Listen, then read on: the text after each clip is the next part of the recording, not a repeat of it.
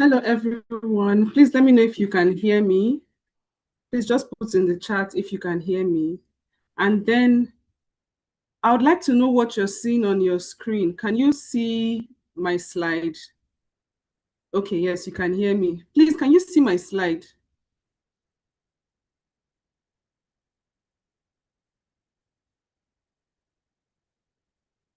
Good evening. Please, can you see my slide? Okay, yes, you can see my slide. I think I'm the only one that can't see my slide.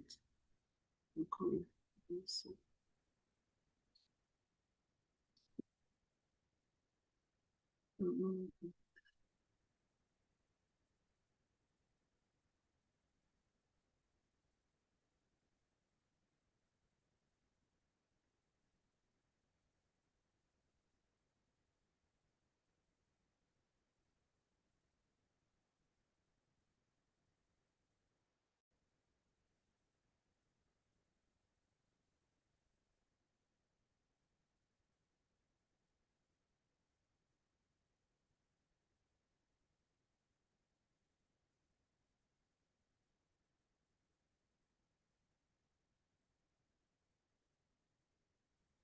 Okay, so let me look at the charts. You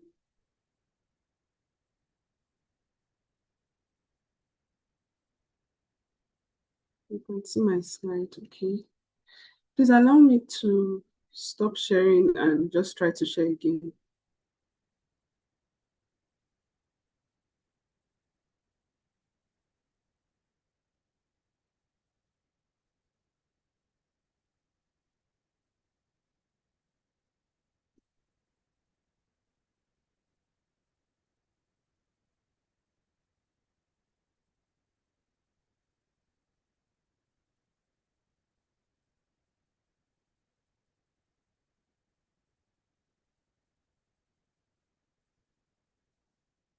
It's somehow appearing outside my...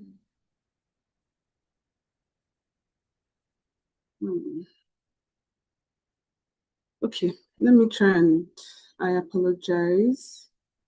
I will try one more time.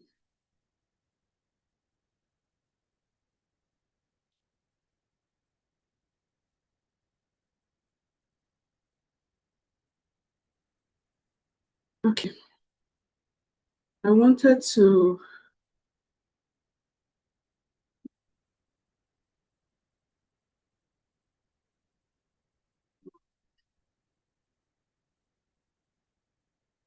Okay, so let me join on my phone also so that I can monitor what's going on, because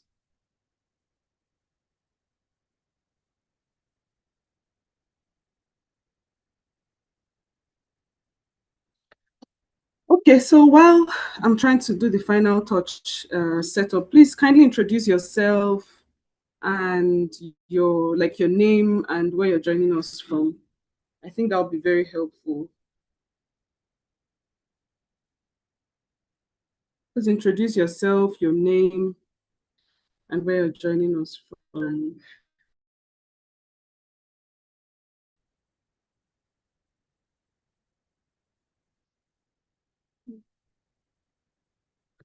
Okay, let's see.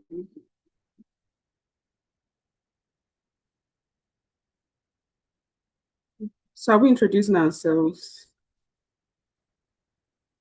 our names, and where we're joining us from? Okay.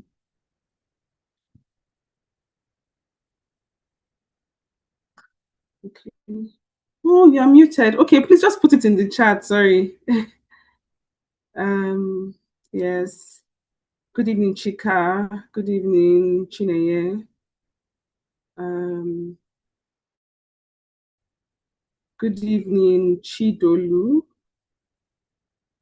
Yes, you can see my slides. Okay. Thank you. Good evening, Comfort. Um,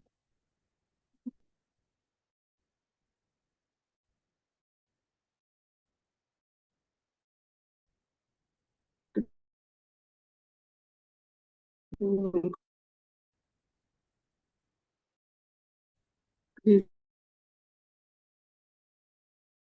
evening,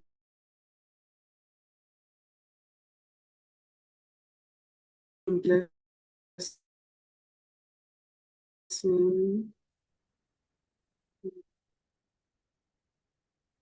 Starting now.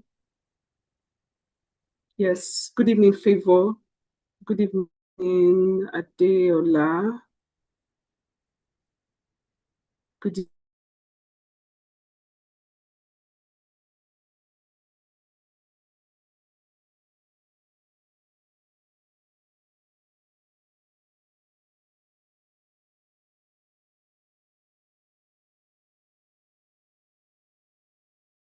and goal, personal clarity, goal setting, designing your life, and all that, or designing our lives generally. So I just want to say thank you. Thank you for joining. Thank you for coming.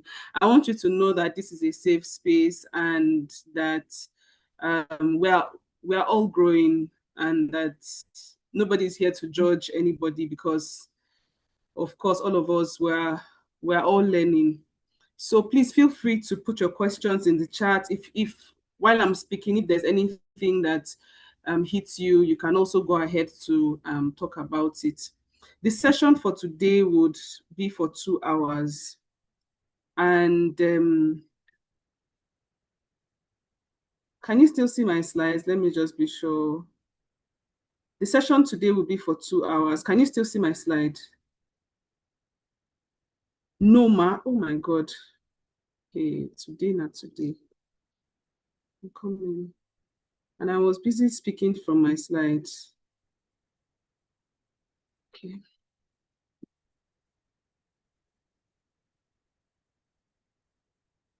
Sorry, my laptop is a touch screen, and so sometimes it can decide to, yes. So I was saying that today it's the session is for 2 hours. Yes, we can see it. Yes, so it's for 2 hours. And for these 2 hours, we'll be welcoming ourselves, having like a brief icebreaker, and then we'll take pictures. After the pictures, for the picture time, please, I think um, once I say put your cameras on, please put your cameras on, and then let's take pictures on our end, and then you can share it with me via email just in case because it's a long story. So just help me. Thank you. And then we would be, so I'll be presenting for 40 minutes. And the reason why I'm doing it for this time is so that we can have a long time to ask ourselves questions and to answer questions. So if you have any question, just feel free to put it down. Feel free to ask your questions when you have your questions or when it's time for the question and answers. I realized that I haven't put the YouTube link on the chat. But anyway, we're not up to 100 right now. So I don't know if I should do that. And then there would also be a call to action and then we'll have announcements. You already know who I am, so I don't need to read it, but this is who I am because it's on the flyer. There's something I wanted to say here. Yes. How many of us read the books that I encouraged us to read? Do we have anybody that read the book here?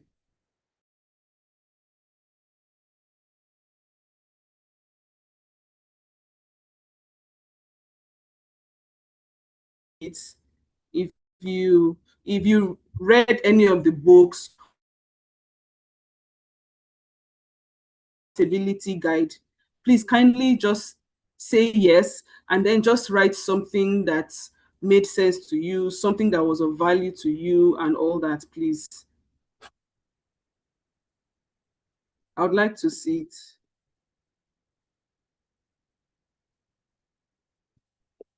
And if you were not able to read any of the books, or if you were not able to use the accountability guide, also please just state why you couldn't do it, what happened, and all that.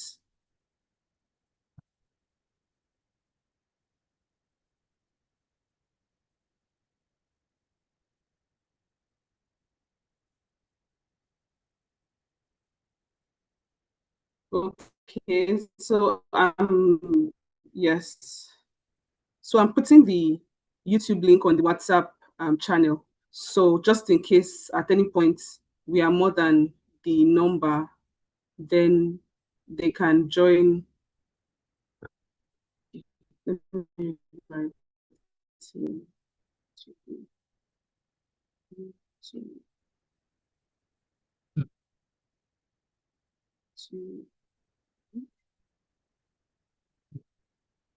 Right, so it's on the WhatsApp group just in case. So now I'm going to start reading what we have in the chat.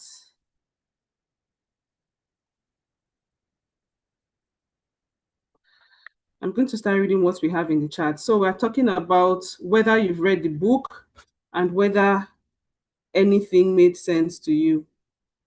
I'm going to start reading. I read Recognizing Wake-Up Calls, and I learned there are various ways we can get our wake-up calls through pain, betrayal, and so on, okay? I started responding to wake-up calls. Oh, I did. Recognizing Wake-Up Calls was such a good book. I loved how I could make sense of some bits of my journey by the personal stories you shared. I was also able to identify those calls I had missed, and it filled me with a resolve to do better moving forward. Thank you so much for sharing those books. I found them very valuable. Thank you, Rosemary. um, I read The Rewards of Consistency, and one thing I learned is the need for accountability and structure, and that setting the goals alone is not enough. Thank you, Ayeneji. Okay. Somebody said, wake up calls. It points to the reality that I need to change something. It could be physical, emotional, social, spiritual, or financial. It's usually, oh, I don't know, my stuff is moving. it's it usually strains us to do beyond the usual, mostly requiring that we leave our comfort zone. Some restlessness are divine calls from God to aspire for greatness. Yes, thank you, Justina. I read wake up calls and I learned there are various ways we can get wake up calls through pain, betrayal, and so on. Yes, okay, that's Anne. Um, Then Deborah is saying that from the rewards of consistency, what stood out to me was a part that said, don't aim for perfection, aim for progress. Yes. Somebody said, I glanced through the book. Thank you for glancing through. Okay. So since we've been able to do that, I would encourage us that we should look at the book. And then secondly, I also want to encourage us to use the workbook. It's very important that we use the workbook because that's how you'll be able to study the patterns in your life, what you do daily and all that. And it helps a lot. That has been part of my secrets, what has helped me. I'll be reading the last one here. It says, yes, ma, I read Recognizing Wake-Up Calls and I learned that we should not waste our pain. We must ensure that we express a level of transformation from every pain or hurt we experience. Wake-up calls are meant to help you grow. We shouldn't numb it. Thanks for that, AD. Okay, thank you so much um, for the engagement.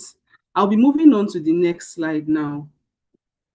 Yes, so I already explained how it would be. Please, I want us to, anything that makes sense to you, you can put it in the chat and then reserve your questions. Once it's time for the Q&A, I would like us to have time to really interact. So please put your questions down.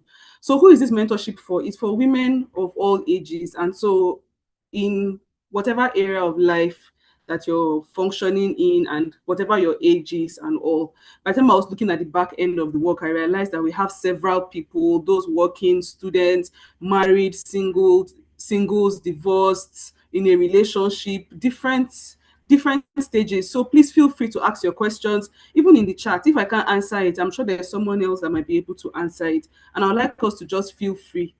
And the purpose of this is for guidance, mentorship, transfer of knowledge, value, skills, strategies, etc. My goal is to guide women into becoming skilled, confident, and impactful.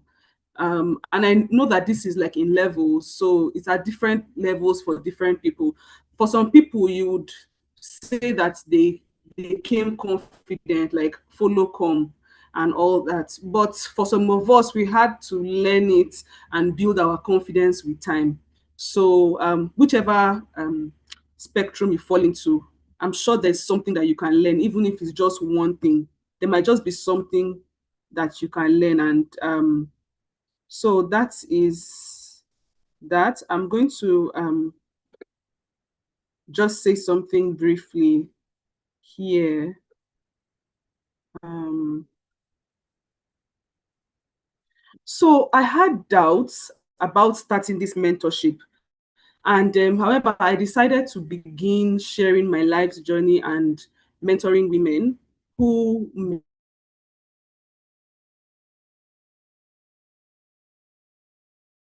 may connect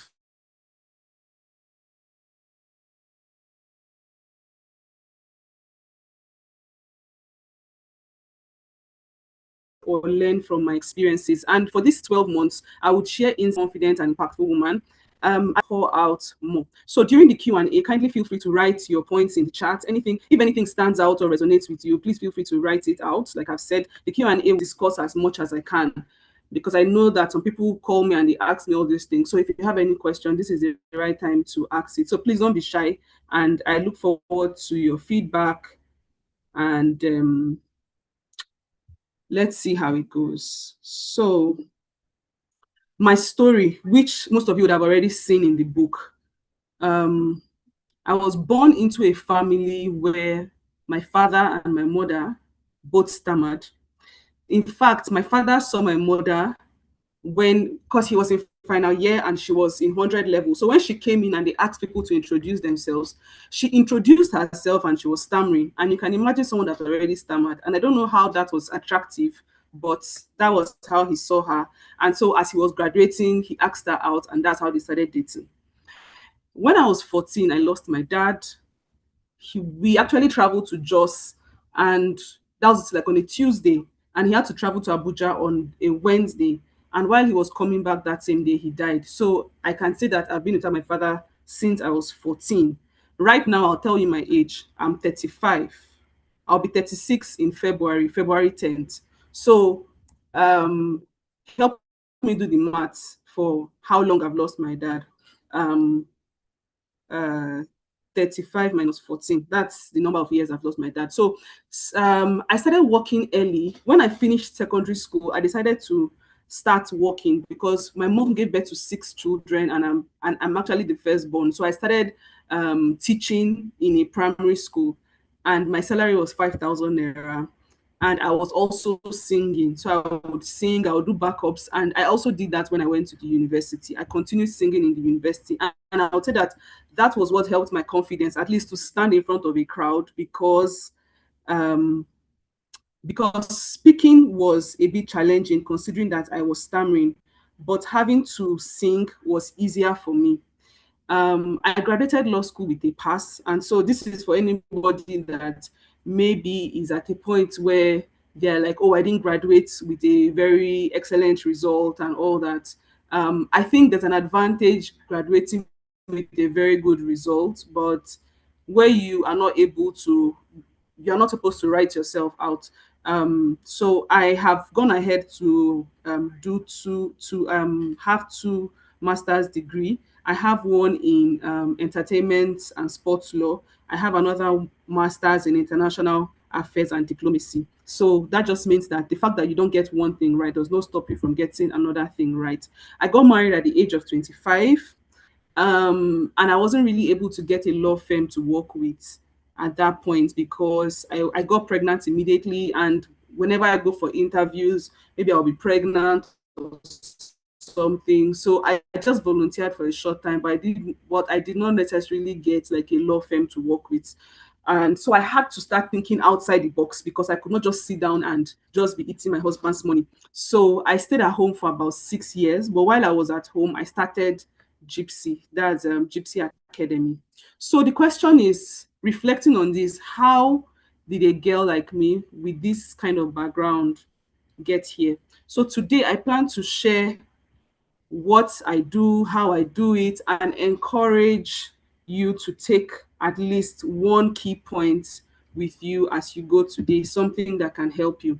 So what I want to do today, first of all, before going into the topic for January, I want to talk about becoming a skilled, confident, and impactful woman. Please, while I speak, if there's anything that um, resonates with you, you can put it in the chat. Okay. Yes, you can put it in the chat if anything resonates with you. So for me, and I'll be sharing from my own experience, and that's the reason why I'm saying definitely people can talk about this topic from different angles, but I'll be speaking from my own experience. And becoming a skilled, confident, and impactful woman, for me, my journey started with introspection. And then after introspection, mind transformation. I started working on my mind because growing up as someone who was shy due to stammering and all, it was not so easy for me to interact with people or to speak up for myself. So if I had gone into the workspace with the kind of mindset that I had growing up, I definitely would have not stood out in like the organization because I would have been very timid. But what I tried to do was to understand myself, and that's first of all why I put introspection, to understand myself. And then secondly, I now started working on myself. But for me, working on myself started with getting married to my husband, and he was, for the first year in my house we didn't have DSTV, so he would just play different mind transformation coach uh, videos, coaches, and books and all that. So with that, it helped me. After 1 year of being married and just feeding on things that worked on my mind, it changed my perspective a lot, because before then I used to listen to things once in a while, but I was mostly watching a lot of movies. So if you are someone that watches lots of movies, except you're into movie review, it might not really help you in life. Um, so going into introspection, what is introspection? For me, it's deep thinking. I think a lot, and I think about things from different angles. So, for example, asking myself, okay, who am I? What are the things that I like? What are the things I do not like? So you can ask yourself those questions. You don't have to always be talking. There's sometimes that, for me, there's sometimes that I just tell my husband to take my children out, or and then I send them to their grandparents' house, and then I just sit down and I keep thinking to understand myself better, because time leaves clues, right? Life leaves clues. So there's sometimes that something will happen over and over and over again in your life. And if you don't take your time to really understand what is going on with you, opportunities will pass, time will pass, and you will discover that you've not achieved much with your life. So you ask yourself, okay, what are my values? What are the things I can stand for? What do I want to be remembered for? Is also very important. How do others perceive me? And am I okay with it? There are some people that maybe people see you as a good person. Oh, that's good. People see you as a smart person, as a hardworking person, as different things. While some people, you see that the different the things that people say about you over and over and over is like negative things, and you now tell yourself that that is how I am. I cannot change for you. So I'll just tell you something. My mom, up till now, if she's in a not so good mood, she can shout, on me. And I'm like, but why are you shouting on me? Like, I'm a married woman, I have my children. Can't you change? You tell you, I cannot change. I cannot change. If anybody will change, it's you that will change. I'm like, okay. So for some people, they are like, okay, I'm already here, I cannot change. You understand? But I think that it's always good to adjust. It's always good to at least adjust. There are even sometimes that you can even pretend. I'm not saying pretend, but at least there's sometimes that you can even pretend. So how do people perceive me? What is my why for doing what I do? For example, for me, I have several whys that make me do what I do, but I I do not like being idle, and I think of how I would be in old age. My dream for old age is that I would be, before old age, I would already be a solution to nations. And so when I'm old, first of all, I want to have my husband with me. I want to have my children with me. I don't want to be alone. And I want to have nations, presidents coming to me at that time. So those are the things that drive me. Um, then how do I rate myself? What can I do differently? So, for example, coming into this year, I had to think, okay, are there things that I can do differently? What are my boundaries? You also have to think about that. What are the things, what are my boundaries? Um, what are my pain points? What are the things that whenever they happen, they trigger me? You know that there are some times that there are things, okay, so let me give you an example with myself. I noticed that there were some times in the year that I would have like a depression kind of thing, in the sense that something will happen and I will lose my balance. And that thing kept happening over and over and over. Every year, I'll notice that at a particular point in my life, something like that will happen. And I now was conscious about it last year, and I was like, no, I'm not going to allow myself to enter into this phase again. And you know what? I was able to work on that throughout the year, but in December something happened, and it shook me, and I was angry, not even angry at what happened, but I was angry that I allowed myself to fall into that space. You understand? So it's good to understand what are the things that trigger me. If you can pick out the things that trigger you, you can easily avoid it. So I'm still speaking on deep thinking and introspection, because this is how you can find yourself. So what are my praise or celebration points? Like, what are my strengths? What are the things that I'm good at? What are the things that people celebrate me for? What are the things that when people call me, these are the things they say? Or these are the things that they ask me for? Or when people write about me on my birthday, what is the reoccurring theme when people write about me? Am I underworked or overworked? Some of us are overworked and we need some kind of rest or recreation. Some of us are underworked. We are not doing anything. And this is something we should look at. What does my desire for the future looks like? What is my innovation or creativity pathway? I'll just stay here for a while. What is your genius pathway? What is your creativity pathway? For me, my creativity pathway is, for example, I want to come up with an idea. What I do is I mostly just stay alone. I stay alone. When I stay alone, I start thinking about it. I'm thinking about it. I'm thinking about it. I'm just alone. Sometimes 1 hour, 2 hours, 3 hours. And after a while, the solution I'm looking for will just drop. Or sometimes I notice that when I'm praying, I might be praying for a totally different thing. While I'm doing that, the idea will just come. I'm like, oh my God. And I just start writing it down. And when I execute it, it will be perfect. And then sometimes I realize that when I'm just doing my house chores, maybe I'm walking or something that I've been thinking about, in that silence of like just washing the plates or sweeping the ground, the idea will just come. So try and understand what's your creativity pathway. Because if you don't understand this, even in the workplace, there are some tasks that they will give you in the workplace or in school or wherever you are, and you will not be able to come up with a solution. And if you cannot come up with a solution, that might be because you have not been able to dig deep to really know, how do I get my genius ideas? What are the things I do? And we also have to be careful that the things that we do are not things that would harm us. Because I know that there's some people that whenever they want to really flow, they they take in substances. So that one is necessarily not the ideal way. So what does your faith or religion play in your life? What role does it play? How do you currently feel fulfilled? Sorry, do I currently feel fulfilled? Do I feel frustrated, or am I in between? So just to know where you are. Do I need guidance? Do I need help? For example, last year I thought I really want to understand why I do what I do. And I paid for a therapy session. I paid for 8 weeks of therapy. My husband was like, why do you need therapy? I said, I just want to understand why I do what I do.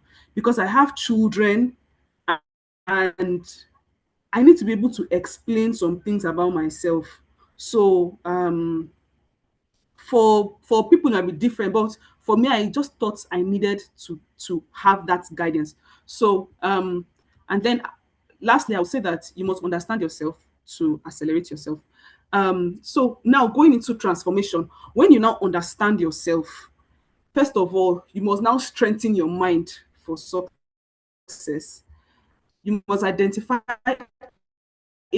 areas that need strengthening.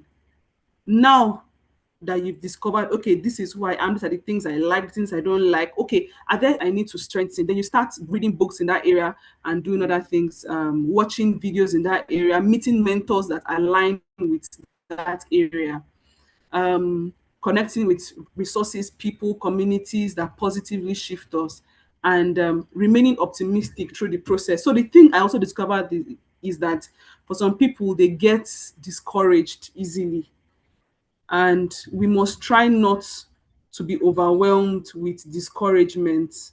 We must try not to be overwhelmed with discouragement. Sorry, a call is coming in. Let me see if I can cancel that.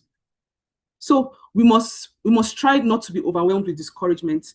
And then lastly, I would say that we must create structures for systems, growth, development, and accountability. Now, for this accountability, that's the reason why I put that sheet among the things that I attached, because there are some times that you want to be accountable to somebody. You want to get a mentor that can guide you, but sometimes these people that you are calling mentors, they don't have the time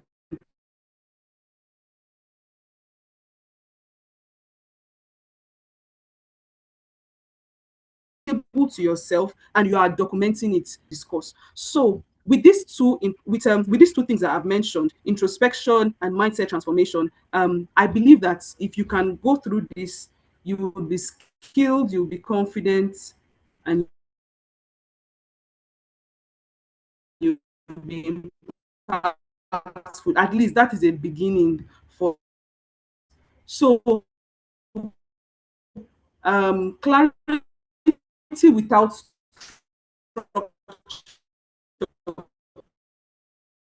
can lead to frustration.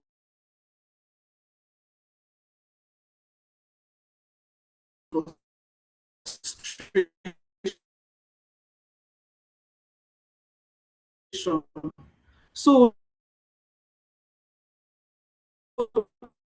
after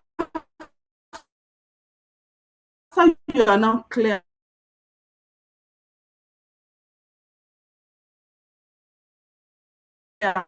about what you want to do or who you are, you now have to create structures that can help you to thrive in your area of strength. And then we can build systems,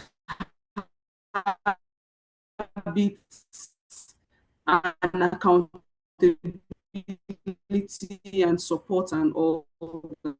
So please let me know if you're still with me, and you can just put in the chat anything I've said that together. Can you hear me? Can you hear me? Put it in the chat.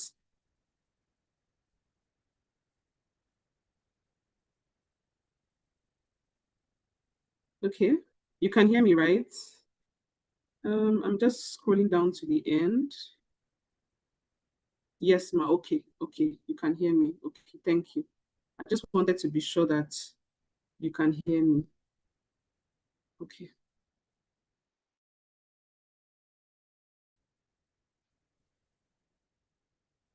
I need to find my. Okay.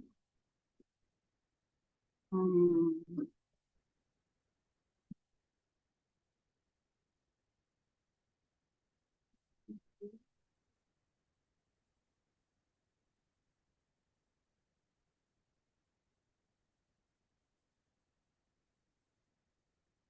Sorry. Forgive me. I'll stop sharing and then I'll share again.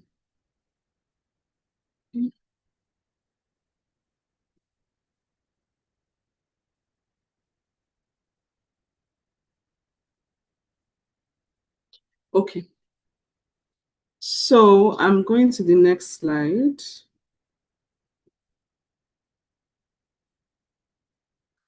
Okay, so I found out that this is research. Research shows that women are often as skilled as, or even more skilled than men in key areas, but tend to report lower confidence. And this lack of confidence, not ability, is a major barrier to career progression. So sometimes you will discover that that same skill that you have, a man does not have that same skill, or they even have lower, like a lower degree of the skill that you have. But if you're not confident in what you know, then you will see that opportunities will pass you by. And this is research. So a study from Cornell University found that men often overestimate their abilities while women underestimate theirs, even though actual performance does not differ in quality or quantity. So sometimes you see a man, he's talking about what he has done, or he's talking about what he can do, and he'll be giving you some kind of overreaching statistics, and it's really not correct. But for women, sometimes we just feel that we should be humble. We feel that we should not talk too much. We feel that we should not bite more than we can chew, or we should not aim high. I'll just give an example here. I remember when I was okay, let me leave that example. I'll give the example later. So an internal reports revealed that men apply for promotions when they meet about 60% of the qualification, while women apply only when they meet 100%. The issue was not competence, but the decision not to try. So, for example, you can see like an application, like a job application, and a woman can look through the JD, that's the job description, and she would tell herself that, oh, I don't have this, I don't have this, I don't have this, and then she would decide not to apply. But the man will look at it and he will be like, okay, I have this, and he will decide to apply. And so we must try our best. For me, if I see any role that I'm interested in, even though I don't meet all the qualifications, I apply. In fact, when I got my role, my current role, when the person, when the supervisor reached out to me, she said, "We noticed that you applied for everything." That was her exact words. "We noticed that you applied for everything." So I'm not saying you should apply for everything, but I'm saying that I did that and it worked for me. And I will not say that it's everything that I applied for that I had the credentials, but when I saw something that I liked, I applied for it. So further research shows that men are more comfortable with self-promotion, which affects promotion and pay. In one study, men rated themselves 61 over 100, while women rated themselves 46 over 100, despite having the same average performance. So I don't know why we do that, and there's some times that it's difficult, but at least by hearing the statistics, you can see what's happening and then decide women naturally do. So reflections on becoming a skilled, confident, and impactful woman. So let me see you in the chat. If your confidence increased by just 10%, what will you attempt? What is one thing that you would attempt if your confidence increased by 10%? What is one thing that you would attempt if your confidence increased by just 10%? Let me think about it. For me, if my confidence increased by 10%, what will I do? What will I do? What will I do? If my confidence increased by 10%, what will I do? The sincere truth is that for me, if my confidence increased by 10%, I would write to my director general that I want to have a 30-minute or 1 hour conversation with him. That's what I will do, because I think it would be nice to have a discussion with the director general of my organization. So somebody said, I will start my dream business. What is your dream business? And that person said, I will start the nonprofit I've been thinking about for too long. Okay. If you're okay, so do we have just two people?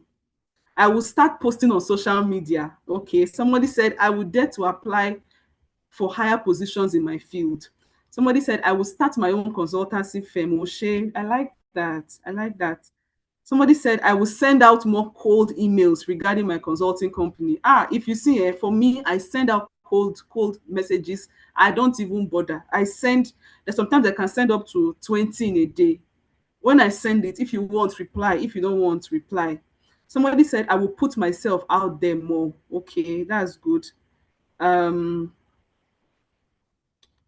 oh, somebody said, I will continue my cooking business, which is good. I want to sit with foreign leaders at UN, and I will start a book club and go back to dancing and even create content. Yes. Another person said, I will start making content and go for official position, go for an official position in my faculty. And that person said, I will think of ways to give back, that's impact, and present out of the box ideas and see through and see through it to finishing. And person said, I will apply for position in my campus. Yes, I will start posting my song covers only. Okay. I will take my social media posting seriously and apply for jobs vigorously, exploring leadership roles. I will become a serious content creator. I will start my SM company and start my VA journey. I will start writing again and allowing people to read it. I will publish my first book. Let me tell you how I started uh, writing actually. I attended somebody's course. And when I attended the person's course, they had recommended that we read certain books, which was written by the author. I read the books and I was like, first of all, what is in this book? I am doing it already. And this book carries very simple concepts. And I was like, if this person can write a book, I can write a book. And that was how I started writing books. I've always told myself, I'm not a writer. I don't know how to write. That's what I've always said all my life. But just because I did that course and I saw that person's book, I told myself, me too, I can write. And that was just it. Nothing else. Nobody conducted deliverance on me. That's just what happened. Somebody said, I will go back to baking. I will speak out my mind more often. I will start publishing my write-ups. Okay, so I will stop here. But I like the fact that we are engaging. So please, you can screenshot what you wrote so that you can you can remind yourself when you feel like withdrawing from trying more. So there's something that I heard from, I've forgotten his name. He said, work more on yourself than you work on your job. And this thing has helped me. What this thing means is that because you're working somewhere does not mean that you will not continue improving on yourself. Always ensure that you are a step higher than the position that you have. Always ensure that you are more valuable, even though you have a less you have like a lesser position or whatever it is, but work more on yourself than you work on your job. Then treat your job like a business. I'll say this, that if you should come to the workplace, that's for those of us that are working, and you're treating your job as if it's your business, that thing will give you sleepless nights. For example, for me, before joining my organization, I was already running my own company. I know how many times I will stay through the night thinking of how to run my business. So the same way that I try to run my business, that's how I run my own job. Oh. My own job, I will be thinking of what are the innovations I can bring to my job. And it's all those, by the time I started working that way, the first place that I worked, when I was ready to resign, my boss told me, no, don't resign. No. I said, I have to resign. I want to go and start my business. He now told me that if you go and start your business and you want to come back, please tell me. The reason why a boss will say that is because you are what you are treating the job like your own business. But when you are working somewhere and you're not giving it your best, even though you're undervalued, by the time you learn those skills, you discover that those skills are skills that will help you in future. Present out of the box ideas and see it through to finishing. Several times you would go for a meeting and they'll say, okay, what are your suggestions? Somebody will say, I suggest this, I suggest this, I suggest this. And then they will say, okay, put a paper together about suggestion.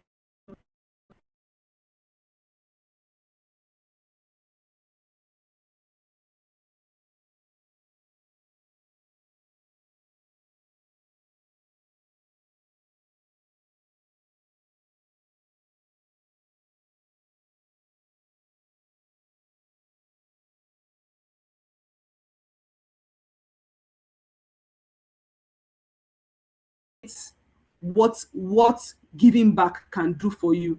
But I'll tell you that some of the roles that I've gotten is as a result of my giving back. For example, what we are doing is free, but it's something that I like doing. I like giving back. And because I like giving back, people would see you and be like, oh, I see that you're doing something impactful. How can I assist? I see you're doing something impactful. How can I scale what you're doing? So whenever you start impacting, you attract people to yourself. For example, this is something I'm doing to give back. I know how many, so many people signed up for this. So this is my way of doing it. And by doing this, I've gotten to meet you today because of giving back. And I've also worked on my skills, you understand? So now I'm going into the main topic for today. I think I've passed my 40 minutes, so but I'm going to rush this. I think it's not so much so that we can go into discussion. Somebody said I can't hear you, ma. Please, can we hear me? Please let me know if you can hear me. Somebody said I can't hear you.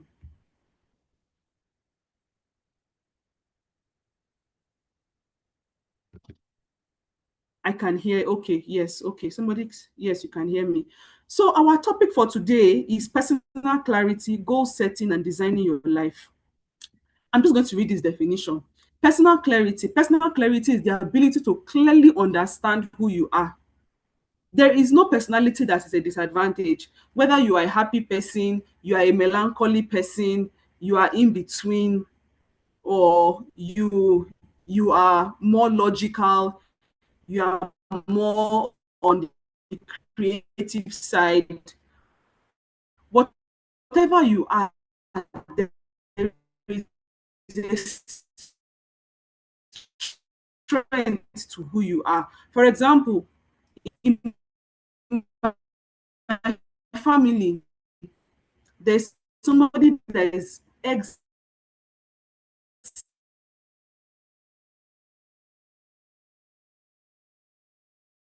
extremely, there's somebody that's extremely logical in my family. And, and whenever we need to get straightforward answers that we don't need emotion in that answer and being saying, oh, is this person cold or not? No.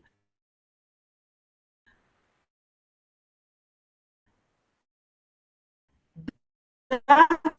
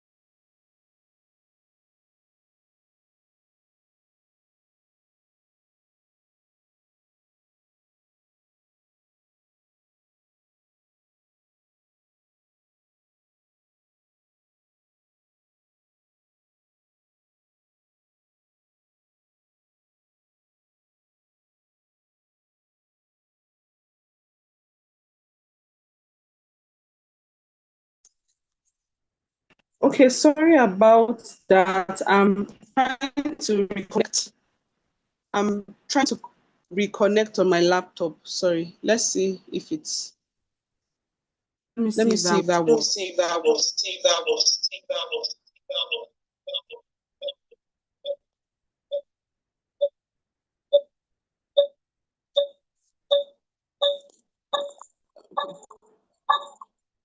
Okay. Okay. Okay.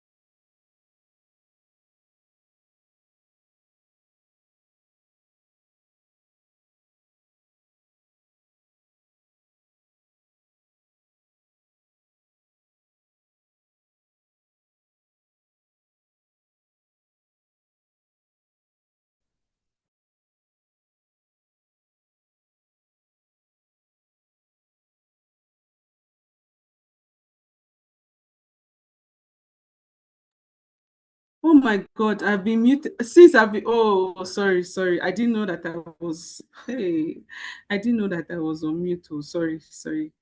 Um, Sorry about that. And I've been talking since. I've just been dropping lines, pouring out my heart. I didn't know that.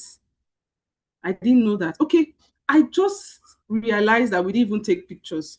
Can we take pictures before I go into the second half? Wow, this is serious. Can we put our videos on and just take pictures before we go into the second half? I forgot and nobody reminded me. Oh, please, can we take our pictures? Oh, sorry, sorry. I forgot. How would we not how would we not take account of what's happening today? How would we not mark this day? So please help me just take your pictures. Please help me take pictures from your end, and you can respond to the email that I sent with the picture so that I can have it. Please, thank you. Help me take a picture from your end, and then just send it to me as an email. Just help me respond to the email with the picture. I like how Chioma is smiling. That's the kind of smile I'm looking for. Ha. Inu midun. I like your smile too. Let's see. Please smile, oh, smile. Put your videos on, please, and smile.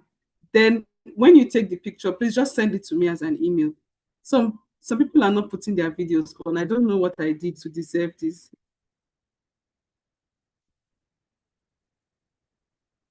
Hi, Hannah. I like your smile. Why are you giving us shy smile? Ah, she's even more shy. Ah, somebody is snapping with their babies. Oh, let me see. There's somebody. Oh, Justina. Right. Hello. I can see cuties. A cute girl and a cute boy. Hello, Justina. So are we still taking the pictures? Please take your picture and then send it to me as an email. Hello, gifts. Um, God's favor, I can see you. Yeah, me see. Oh my God, I can see you. Cuckoo, I can see you. Xiaomi, I can see you. Okay, okay. I think this is good. We have some people that are taking pictures. So thank you so much for engaging and for putting your pictures on. So now I'll be going back to my slide so that we can and please just write your questions, start jotting down your questions so that we can have a very comprehensive discussion once I'm done with this slide. Yes, so I've this, I think, have I? No. Okay, yes. So this is, for me, mentorship helped me a lot and deep introspection about myself and then just being known. Okay, yes. So I think I was discussing this and then I was muted. So I will, I think, can you see my screen? Please let me know if you can see my screen so that I don't go how I was going before.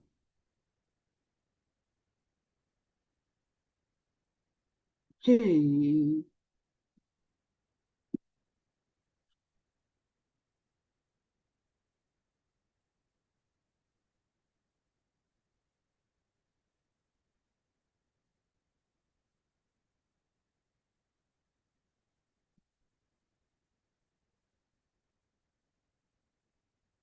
Okay, so you can hear me and you can see my screen. Okay.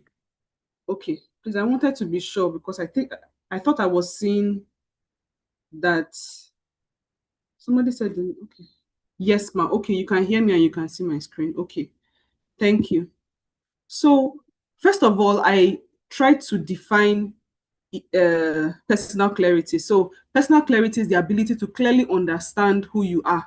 And I was explaining that, I don't know if you heard this part, but I was explaining that it's always good to know who you are and know that the way God created you has merit to it, not just the merit. Because there are sometimes that maybe you're too quiet, you're too shy, and you miss opportunities, or sometimes you talk too much that for sensitive positions they will not allow you to get that position because of the fact that you cannot keep confidential things. For example, I remember that there was somebody that I was talking to, and the person is in, I think, the paramilitary, and he was saying that there are some divisions in their office where they don't put women. And I was asking him why. He said that there is a division where they have people that can scan through people's calls, their messages, they can drop in and listen to different things. And they discovered that if they put a woman there, instead of her to be in that position for national security, she will now start checking her husband's messages, checking his chats, and checking things that have to go with the emotional side of her own personal life. You understand? So because of that, they don't necessarily put women in that division. So knowing who you are, and I gave an example. I said that I have a sister, and that my sister is very logical. And sometimes it will now be as if you that you're emotional, you are just up and down and up and down. And I'll tell you that my sister, even if she dresses, she does not dress and ask somebody, how am I looking? She doesn't ask that question, because she believes that she picked a cloth and that cloth was good and she wore it and it's okay. She does not need you to tell her, oh, sorry, your dress is fine. She doesn't need you to tell her that, because she's the one that picked the clothes and she likes it, and that is it. So the, somebody might see that as her being cold, or her not needing validation or needing people to, but that is a gift for her, because even in her workplace, having that kind of attitude helps her. So there's sometimes that for some people they are very loud and all that. For example, someone that is in the paramilitary and you are very cheerful, and they might send you into field duty and all that, because you are able to mix with different kinds of people. For me, like my husband, if I should go to the market with him, me, I don't price too much. I will just ask, what is this? Please, can you reduce the price? Okay, you cannot. If I can, I pay, I go. But my husband will start gisting and laughing with them. You can hear his voice from a far place. Even when he was asking me out, once he's coming close to me, I already know, because he would start laughing from a far place. And I tell myself, why is he laughing so loud? But there's also strength in his own kind of person. So know the kind of person that you are and know how to maximize it for your good. Then know what matters to you, know where you are going to, and uh sorry, can you still see my screen? Because right now the person I can see, okay, because I was seeing somebody else. Okay, yes. So understand that, um and understand where you are going to, your decisions, your goals, your actions, and ensure that it aligns, that what you are trying to do aligns with your value and your purpose. And then so I wanted to mention this, that for me, finding clarity for me came as a result of mentorship and deep introspection, because I was not able to know what works for me and what does not work for me. And in 2017, I met, not that I met, but Dr. Mike Mudok came to Nigeria, and he said, be known for one thing and the world will come to you. And I discovered that there are sometimes that staying focused on one thing can be very boring. Somebody asked me a question recently, that what if you're doing one thing over and over and nothing is happening from it? How how how do you know when to leave that thing and just move on? So there are sometimes that we do things for the money, just to put body and soul together. But even while we are doing that thing, we can continue doing that other thing that we're doing. For example, I remember when I first started my own company. When I started it, it was not bringing money for a long time. It was not bringing money. In fact, it was extremely stressful. At some point, I had to go and get a job, because I knew that staying on that thing, because it is wickedness on your part to stay on one thing, doing that one thing, and you're married, you have children, and your children are suffering, and you are saying, no, no, no, I am consistent on my lane. No. What you can do is you can get another job on the side that helps you to pay your bill, but at least weekends you can work on your passion, that thing about you that you want to be known for. For me, since I'm talking to women, I have 3 children, and in between giving birth to my children, I would be pregnant, and sometimes I would be so weak, I will not even have power to do any kind of work. But what I ensure that I will do is that I will just create a flyer. I will write something about that thing I want to be known for, and I will post it. If I can just post that one flyer, I can just continue sleeping. But I must post that one flyer and then I can sleep. So that even if somebody looks at it, they'll be like, okay, she's still into intellectual property. They don't know that I am sleeping throughout the day, but I will just post that thing. And I will, because there's sometimes in pregnancy that it's not more you that is now moving. It's now because I don't know how to put it. Some of you might understand, but at like several points in pregnancies, like that was how I felt. But in between those pregnancy moments, I will make sure that I still drop something that shows that I'm still in intellectual property. So no matter what I do, I still try to infuse that so that people can know me for one thing. The advantage of this is that once people can trust you in a particular field, people will start recommending you for other things because of, first of all, that thing that they've seen you consistent in. So I would advise that if you need to get a job to be able to feed yourself and feed your children, of course, get it. But use your nights, use your weekends to do that thing that you want to be known for, and let the world know about it. So be visible about what you want to do. So for me, after my introspection, what I discovered is that I like giving back. I like doing impactful work. If I tell you the things that I do for that I've been doing for years that nobody paid me for, you will not believe. Like, I like doing it because I prefer to give back than just be idle. So that is my own. So these are things that resonates with my own wiring. It might not resonate with you.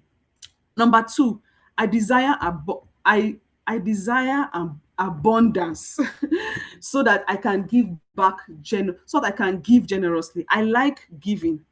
I like giving. Like most times I have to hold myself from giving, whether giving financially, giving in intellectual resources. I like giving. So I like to have abundance, abundance of finance, abundance of knowledge, abundance of whatever I have so that I can give generously. Then I love to love and I love to be loved. So in the sense that for some people, they want to be single. Maybe I just want to be single, I don't want to be married, I don't want to relate with people, I just like being by myself. For me, I like being by myself, but I like being married. I like having somebody loving up on me. I like children. Like I have a son, so I have two boys and I have a girl. My last son is very, he can just look at me and he will just come up to me and he will just peck me. He'll say, "Mommy, I love you. Mommy, you're looking beautiful." Like he just compliments me and I love it. And for some people, they see me, they're like, oh, Madam Juliana, or they, oh, you're looking good. Oh, I love the way you, I love it. So in case you're looking for who to show love to, please, you can show me love. I love receiving love. That's part of the things that I discovered when I was introspecting about myself. Yeah, so I love to be loved. But I don't know if I love all those kind of loud love, in the sense for some of those people, maybe like single people, that whenever they want to propose to them, they will now take them to a very public place. No, I don't like that kind of something. Or maybe on my birthday, you now bring trumpeters, they will now come to my door and now be doing po po po po, and everybody will not be shy. Ah, no, like I'm shy of that. Like I'm very shy about that. So I don't know. Maybe I like it, but I'm shy. But I love love and I love to be loved. So you can write some of the things that you discover that you like. Then I am a naturally restless person, and that's the reason why I come up with lots of things, impact projects. I'm just restless. And lastly, I love God, and he has helped me a lot. So I'll move on to goal setting types. So in psychology, according to psychology, and this is a definition, it's not my own, a goal is defined as a desired outcome or objective that a person continuously strives to reach, guiding behavior, focus, or effort. So I think it's just like having having a dream, or having something that you would love in your life. Let me give an example. I remember when I was working in the UN Nigeria office, and one day a friend came to the UN office and he saw me. he was like, oh, I'm around and all that. And then I went to meet him and he was like, hey, how are you? Blah, blah, blah, blah, blah. And we greeted and all that. And after a while, he now said, so now that you're here, what are your plans? And I said, well, my plan is that I want to work in the Geneva office. And how many of us can guess what he answered? If you can guess what he answered rightly, I will I will give you, I don't know, because the gift I have is just for those in Nigeria. I will send you 5,000 naira credits today if you can guess what he told me.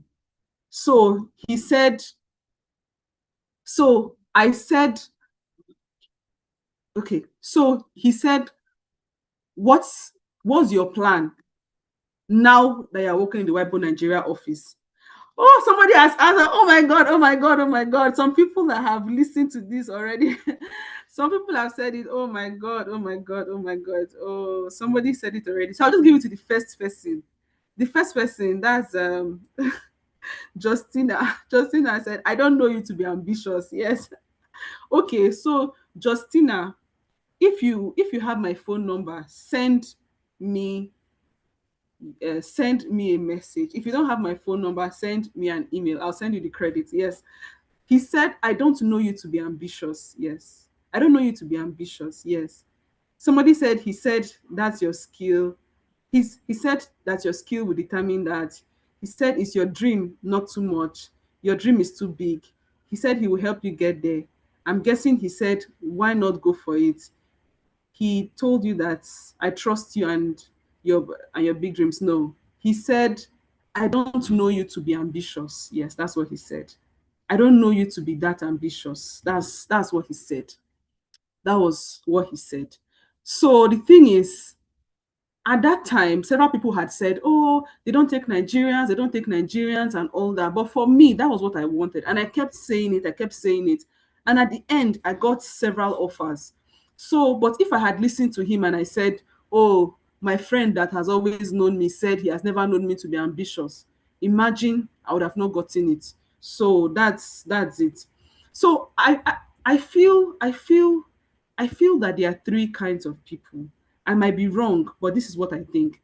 Some people that they do not have goals at all. When I say goals, they don't have any dream, they don't even want anything and all that. They are okay, they are satisfied. Now, there is somebody that I know, and the person I think may fall in this category. The person said that if God can feed the birds of the air, that means God can feed him. So why should he stress himself? So this person does not believe in doing anything, stressing himself to do anything, because he believes that if God can feed the birds of the air, then God can feed him. After all, the birds of the air, they don't walk. So that's his belief. So I think some people, they just do not have goals.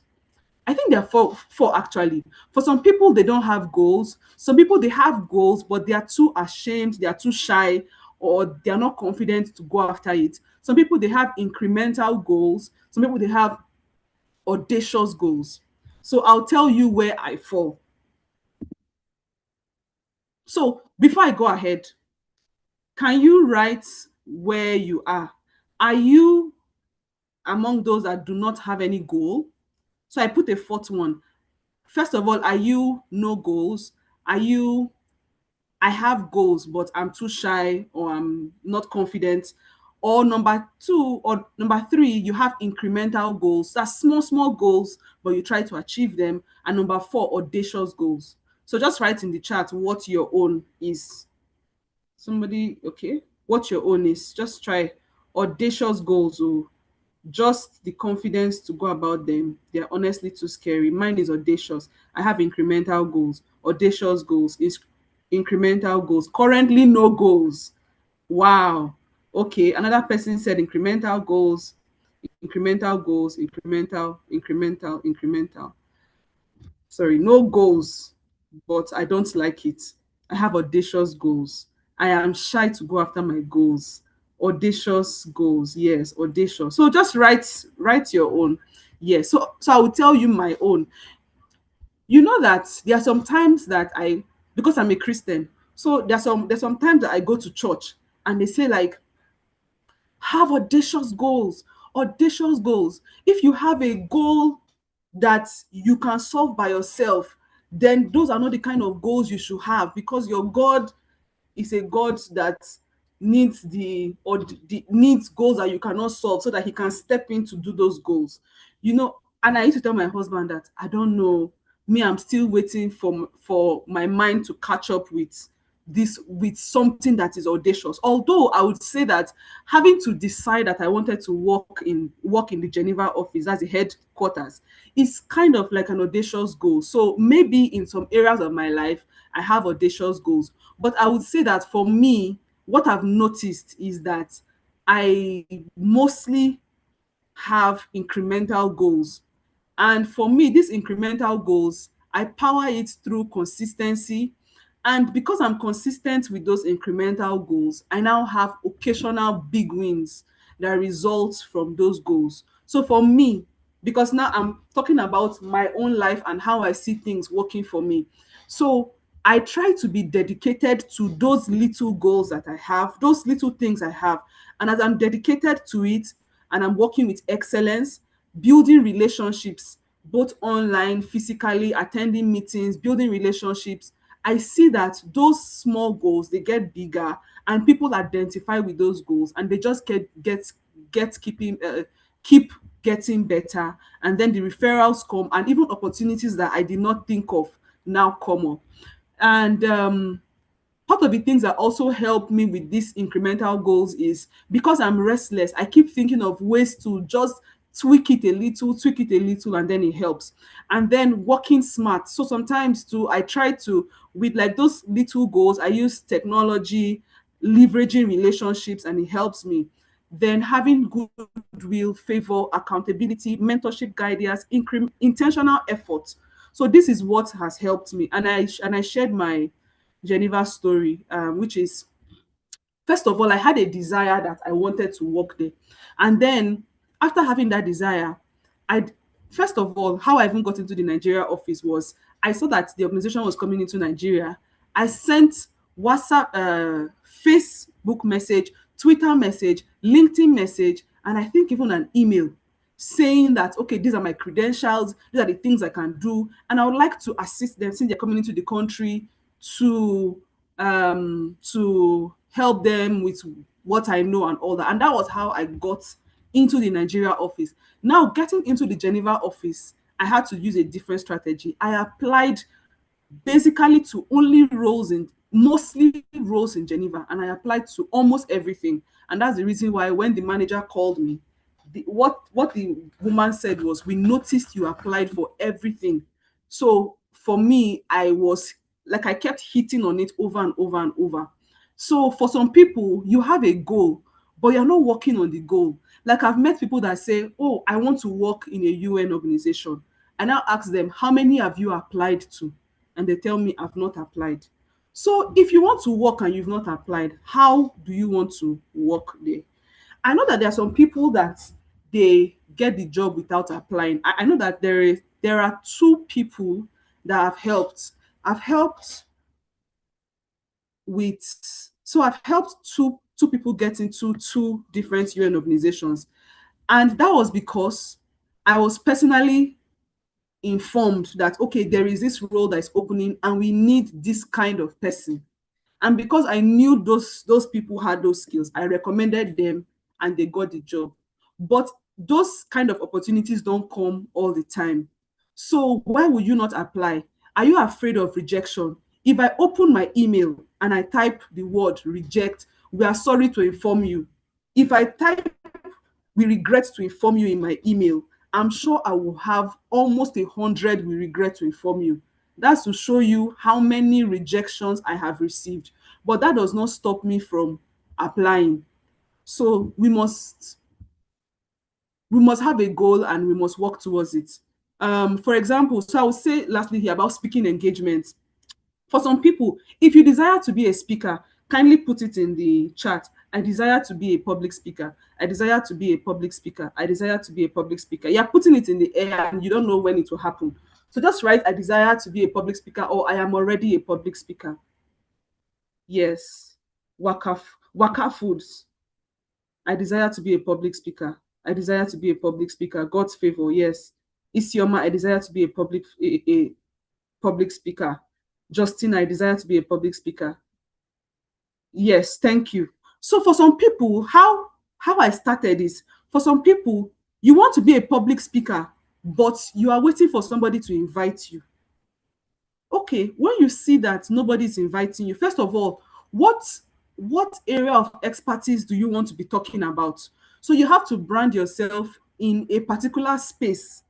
Maybe you want to talk about family, you want to talk about children, about NGO, about whatever you want to talk about nutrition, about lifestyle, fitness, anything you want to talk about. You have to start putting things out about those areas so that you have credibility in the space when people check for you. I remember that there was a season in my life where people would be writing um, proposals to international organizations, and they would put me as part of the people that will be delivering the project, just because they know that if those people go and check my profile, they will see things that I'm doing.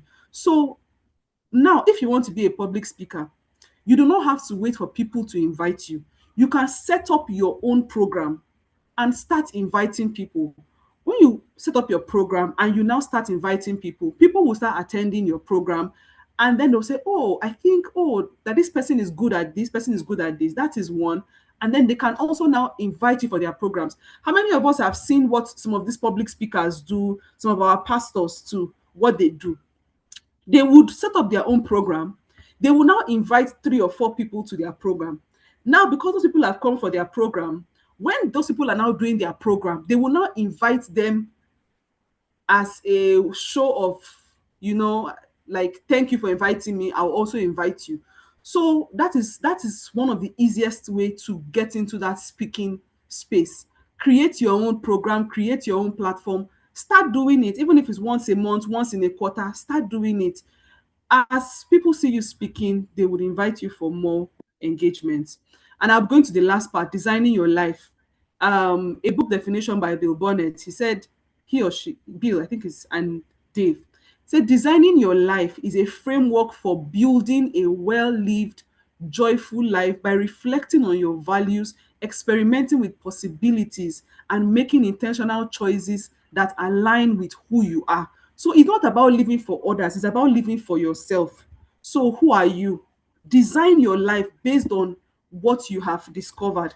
Now, for me, I visualize my life, I make small upgrades, I build accountability system, and then I take it one day at a time. So there's a picture here of my 2026, and I want you to look at it. It's something similar to what I sent to you, but for me, every year I create a new one, and then I put things that are important to me for that year. Every night before I sleep, I feel it. Yes, no, I feel it. So if you look at your screen now, this is, so let me ask a question. How many of us have been using the accountability document? If you're using it, say yes. If you're not using it, say no. How many of us are using the accountability documents that I shared? No. Okay, I've seen a no. Waka Foods, no, no, no, not yet. No, no, no, no. Good. Now, this is my own accountability document. Okay, somebody said yes. That's somebody said yes. Osaro said yes. No, I haven't yet. No, no, no. Okay. Please try and use the accountability document. So this is my accountability document. I create it every year. So first of all, I write my date. Then if I prayed that day, I write yes. If I read my Bible that day, I write yes. If I read a book that day or an article or anything, I write yes. If I post online, I write yes. If I exercise, and this exercise, sorry, excuse me, it's not going to jump. Oh, even if I sweep my whole house, I wash my plates, I mop the whole house, for me, that's exercise. I write yes. If I fast, because I usually fast, I write yes. If I have sex with my husband, I write yes. Then my happiness level that day, was I happy? Overall for that day, was I happy? Was I sad? Or am I just in between? I write it.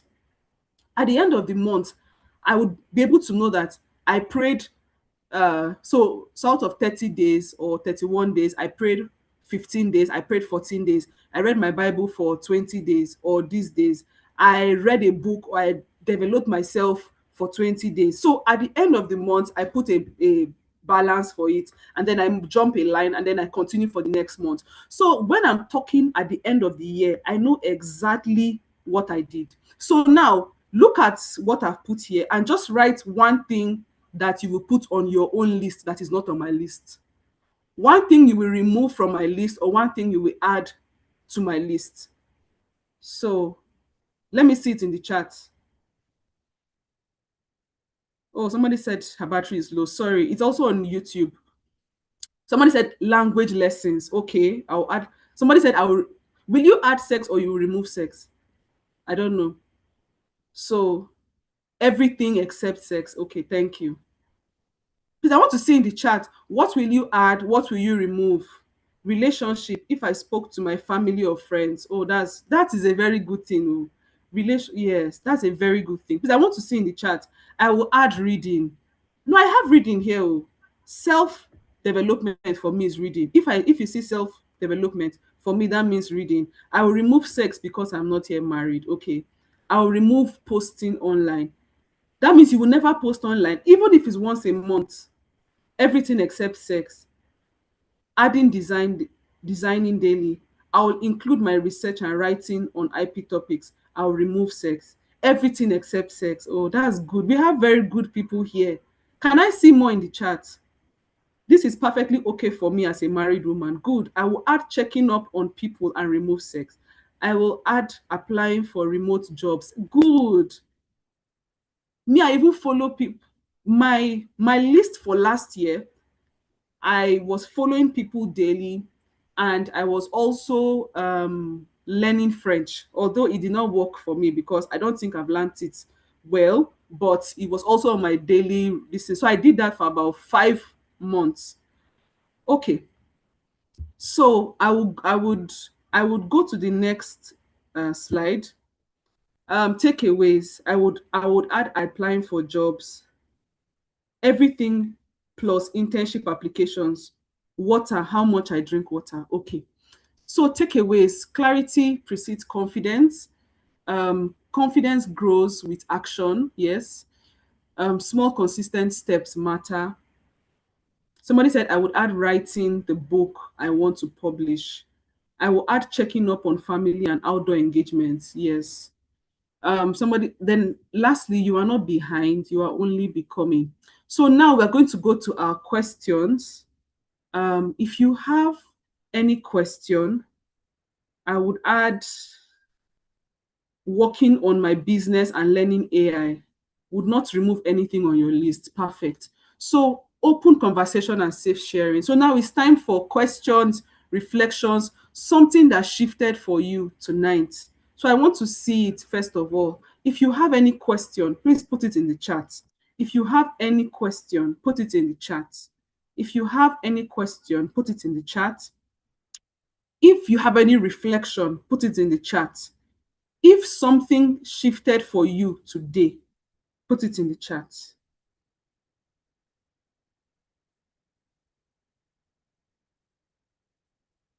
Okay, so I have, let me start. So there's a question here. How do you get over rejections? So for me, what I do about rejection is just that I continue doing it. I believe that one day it will work. That is how I live my own life. So I try different things and I believe that one day it will work. So if you're talking about relationship rejection, that one is different. So can you clarify what you mean by this rejection so that I don't answer off point? Are you referring to relationship rejection or job rejection? Please just clarify, Sholaja Adeola. Are you referring to rejection, job, or personal relationship rejection? Another person said sometimes presenting out of the box ideas or audacious goals are really scary, especially if it is not something you see other people doing. It is really scary for me sometimes. I doubt myself so much. I can't seem to move forward. How do you work on audacious goals? You know, sometimes for me, when you think that you have an option if you don't succeed, then you can now tell yourself, I don't want to be audacious. For example, if you are from a family where there's so much money, and even if you don't work a day in your life, there is money that can take care of you and your generation, then you might not see a need to apply for big roles to increase your pay and all that, because you're like, I have it covered. But if you're from a place where you are like, if something does not work, something just has to work, then you will see yourself going beyond the limits. Even like being shy will not be an option. For example, like I told you, I stammer. Oh my god, I stammer. The first webinar that I did, I pity the people that were in the webinar because I was invited as a guest. I stammered almost throughout the webinar. I was so shy. I was so shy. But I knew that I had to build myself. So, you know what I now did? I now decided that, okay, since this person invited me for this program and I stammered all through, personally, I will now do my own program. I will be talking every day, so that let me now see, the stammer will not be tired of the stammering. So that was how I now did my program. I started talking until now. At least I can talk for a while without stammering. So that is how. So when you know that there is no option and you have to succeed, you would now see yourself pushing for it. So for me, that is how I work on audacious goals. My own audacious goal also for having to work in the Geneva office, it was also by just applying for everything. I received several rejections, but I told myself, if I want to have a better life and I want my children and my husband to have a better life, my family have a better life, I must continue applying. And that's what I did. Now, out of the box ideas, you know, sometimes we're afraid that if we make this suggestion, what if it's not going to work out? What if it's not? But the truth is, what if it works out? What if? So why not share that idea? Why not try that idea? You'll be surprised. For example, I'll tell you that up until late December, I didn't want to start this mentorship program because I was like, will people even want to listen to me? So I was scared about it. But I had gone through that kind of depressing thing that happened to me in December. And one day in the middle of the night, I walked in the middle of the night around like 2 or 3, and I told myself I would do this thing. And I'd already worked on the flyer, but I could not post it. I now went, I shared it. Before the next day, I already had over 100 people that signed up. And I was surprised. I was like, okay, what if I didn't believe in this idea? What if I didn't put it out? To the extent that somebody now even called me the next day and said, um, that how can he partner with me? Can he become a partner? Can he pay for some people? And I told him that it's even free. I'm not asking anybody to pay. When I caught the call, I was not thinking, I said, can you imagine? This was something that I did not want to do. And now somebody is even calling to say, can he pay for people to do the program? So sometimes you don't even know that that at the end of your obedience, there's something beautiful that wants to happen. But until you push yourself, you might not get it. Yemisi said the goal setting tracker was helpful. Thank you, Yemisi. And that person said, my question going was going to be about how you started working with the United Nations. I've been applying for roles since last year, but they always come back with rejections. What can I do better? So I'll tell you my story. Getting to work in the United Nations, what I did, first of all, I didn't even have the like, I didn't think I wanted to work there. I never had the dream of working there.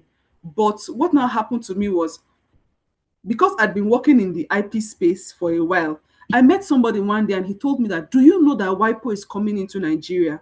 I was like, oh, I don't know. And he was like, they are coming. So he now said, can that he will be going to like pay a courtesy visit or something. Do I want to come?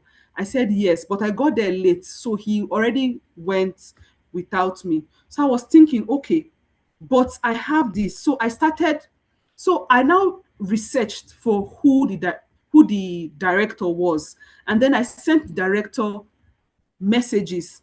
And let us stop saying you want to send a message now. You now say hello. If you say hello to me, I may not respond to you, except I'm just in a good mood and I want to respond.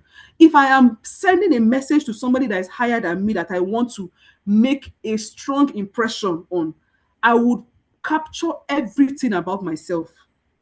I will capture it that is inspiring. And most times people want to see that you have a volunteering side or an impact side. So like I said, that is something that has helped me a lot. So when I write all the things I've done and also the impact and the volunteering side, now what I do is I will then ask ChatGPT to help me couch what I've wrote in a very inspiring way, in a very professional way. And I'll now end my prompt with, make this message so so make it so appealing that the person reading it will not be able to say no. That's how I write it. It might be funny, but that's how I write it. Write it, I'll say, couch it in a way that the person reading it will not be able to say no. Before ChatGPT, I will not say that, but I will use my brain to write it like that. And then what I did was I now sent it to him. When I sent it to him, he invited me. I started going, I started volunteering, and also one of the ways to get into the system is to volunteer. And most times when you apply and they look at your CV, if you don't have anything about volunteering, impact, or something that you are doing that is adding value to that space, they might not consider you. So try to see that you do something that shows that you're already adding impact to that space. And then also, if you apply and there's somebody already working there that you think can put in a good word for you, you can also reach out to that person and say, hi, I applied for this position, these are my credentials, kindly put in a good word for me if you think. Then another thing is, I usually post. So, like for years, I used to post online on intellectual property, and I would tag people that are very, very prominent in that space already. So, for example, I was not working in the organization that I'm working in right now, but I was already inviting people in that organization to my program because I was communicating with them. If I post, I would tag them. If I want to have a webinar, I will invite them and all that. So when it was time to get it, for example, I remember that there was one of the roles that I got that I did not, that I wasn't able to take, which was also in Geneva, was that the person said that she had seen me work in the past. And so just because of that mental thing that, oh, I've seen this girl work, so that was how she just accept she that was how she gave me the role. And I was even supposed to move to Geneva, but somehow that's a story for another day. But I took the remote role where I work from Nigeria. So for me, I don't read my rejection emails twice, because for me, rejection emails are auto messages. They put all the emails for rejection and they just send a BC to all of them. So I don't read all those things twice. What I'm looking for is, I go on LinkedIn, I look for organizations where I like, and then I click on their notification for when they're going to post a new job, and then I continue applying. Somebody's question is, what do you think powers actually doing? I've been stuck in the loop of planning and getting to the end of the year. I have been stuck in the loop of planning and getting to the end of the year and seeing that I actually did not execute. Hey, for me, I just execute. Oh. I don't know if it's easier for some people and not easier for others, but for me, I plan and I execute. And most times I think of the easiest way to execute. I don't think of the hardest way to execute. I remember that when I was to start my mentorship program, I started it virtually.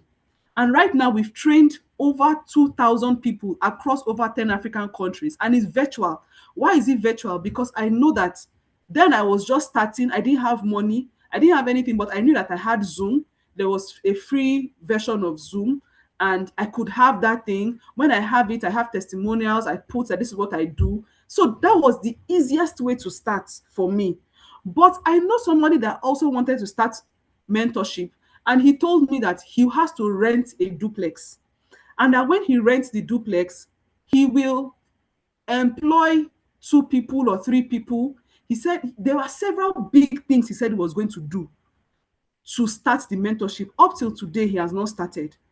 So when I'm thinking of planning, I think of the easiest way to start. What is the smallest way to start? When I start with the smallest thing, that at least putting my foot in the water, then I now start gradually.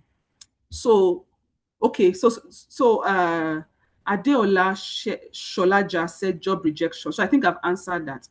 Then another person said, wouldn't you come off as desperate if you constantly apply for jobs or activities you are not yet competent in? Okay. For me, I don't mind being desperate. I don't mind looking desperate. You understand? Somebody will tell you that it is it is needless to be shameful about what is gainful. That same thing that you are saying you're not competent in, like I read in the beginning, a man will not be competent in it, but he will apply for it. So as long as at least you hit 50% of what they're asking for, apply. You never know. There are some people that when they see the road, they'll say, okay, I don't think that this person is qualified, but I can train the person. But if you don't apply at all, how would they know you? And that person said the accountability tracker was helpful. I will put that into good use. Thank you. Somebody said, I got reminded today on how to start my accountability journal. Thank you. Reflection, the fact that you do not get one thing right does not mean that you won't get everything right. Wow. Okay. Somebody said, for me, the idea of being ashamed when sending cold emails has shifted. Many top tier law firms are about to get thousands of cold emails from me.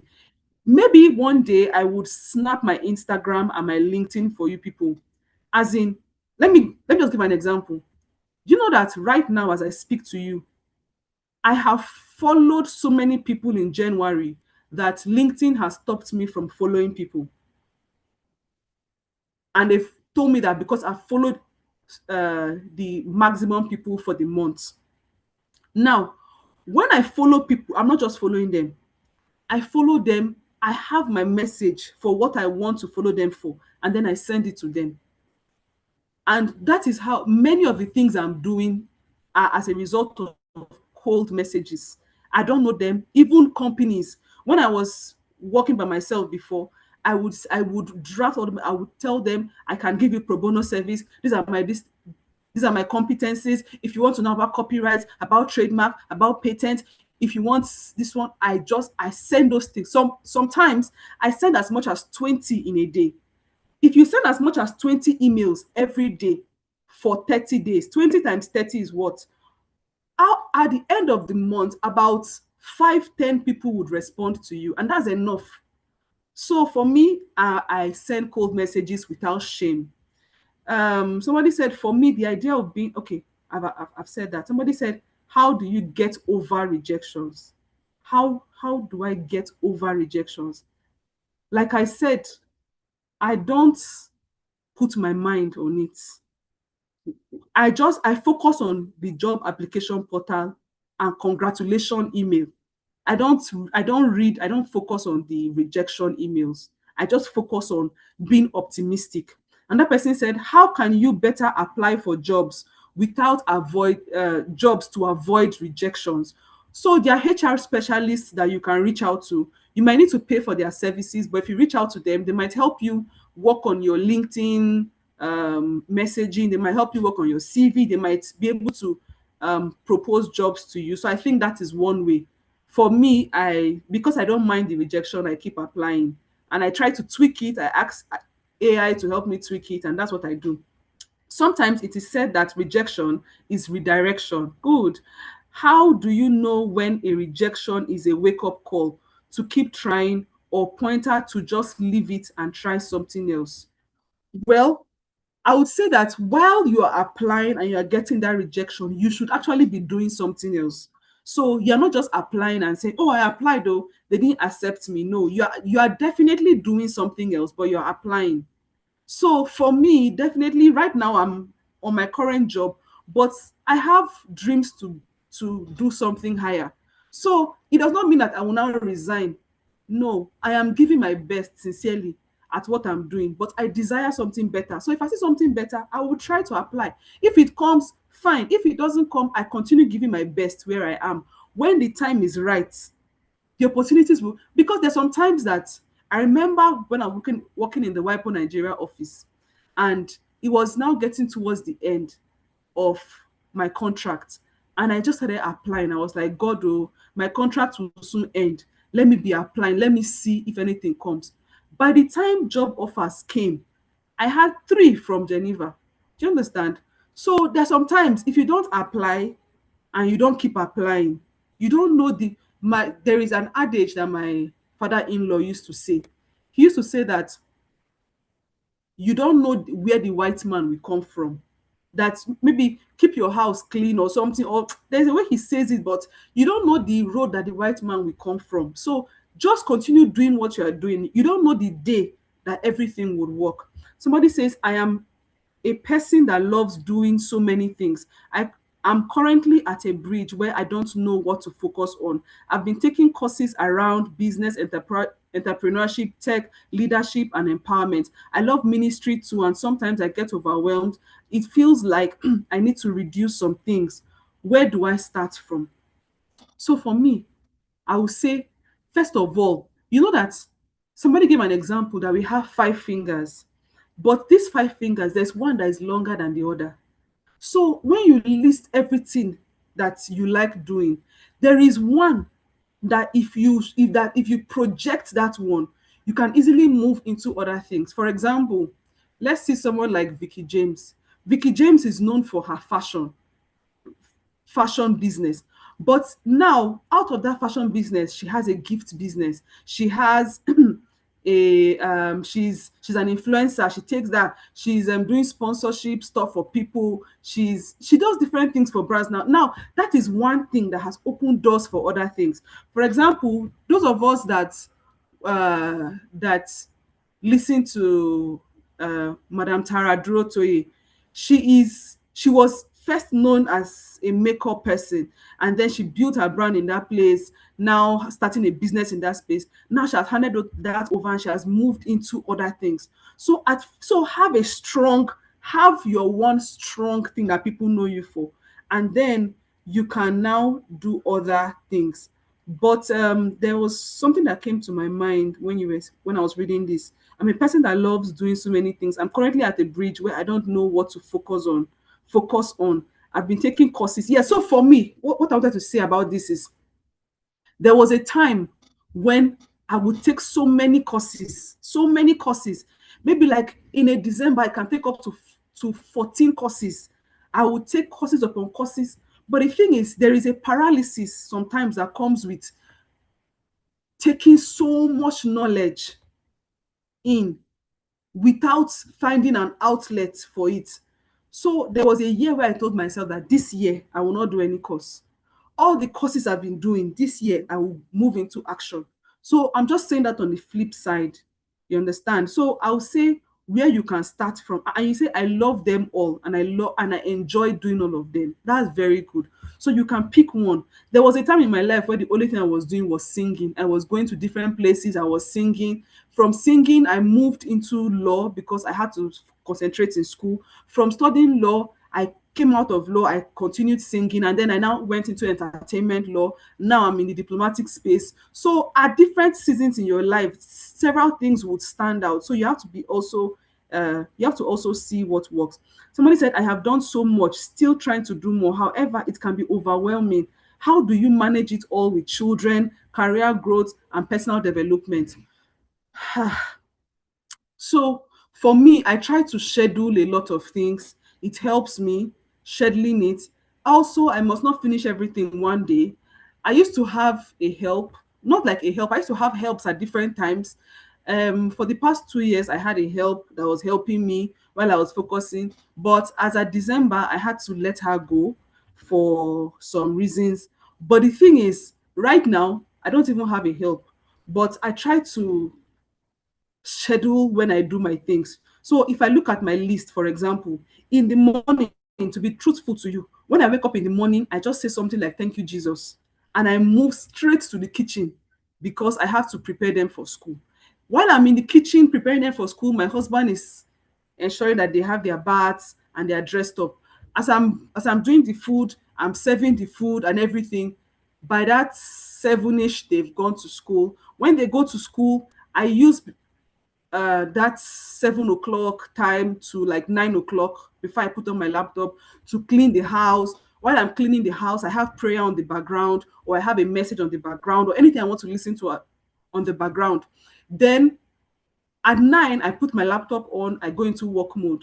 I start working until when my children come back in the afternoon. In the afternoon, when they come, I give them their food.